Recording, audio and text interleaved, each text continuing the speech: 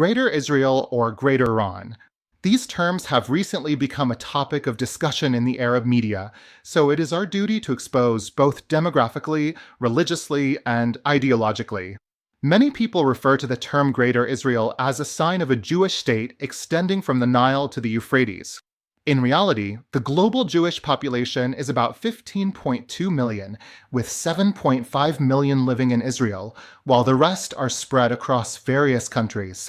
Many of them are tied to investments and activities that prevent them from settling in Israel, and perhaps the only reason that drives them to leave their countries for the Zionist state is wars. During the unrest in several countries, including the Ukrainian-Russian war, about 60,000 Jews migrated to Israel, while approximately 740,000 Jews left Israel after the battles of October 7, 2024.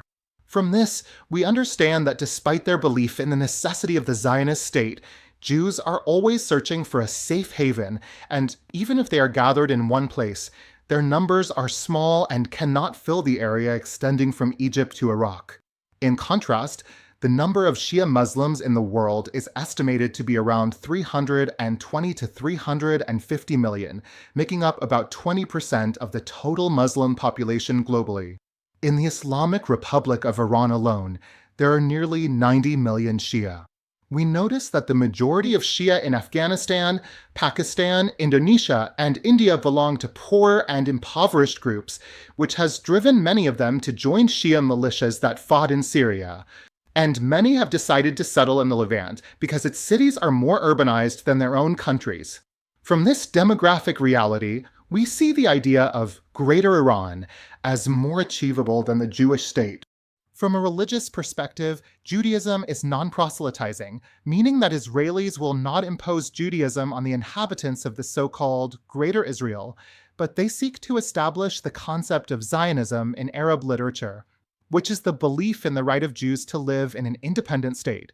It is clear that Jews cannot expel the inhabitants of those countries, as despite the number of wars between Israelis and Palestinians and the massive destruction in Palestinian urban infrastructure, Palestinians still exist in the Palestinian geography, and they are the backbone of cheap labor in Israel, meaning that Israelis cannot abandon them, even if they do not like them. On the other hand, the Shia faith, based on the ideas of the Iranian revolutionary leader, is a proselytizing religion, seeking in its literature to convert Sunni Muslims, Alawites, Druze, Ismailis, and even Christians, with the goal of building a Muslim nation based on the ideas of the guardianship of the jurist, meaning that their divine message compels them to convert other religions to theirs and build a Shia nation. It is noteworthy that the guardianship of the jurist is not limited to Islamic countries alone.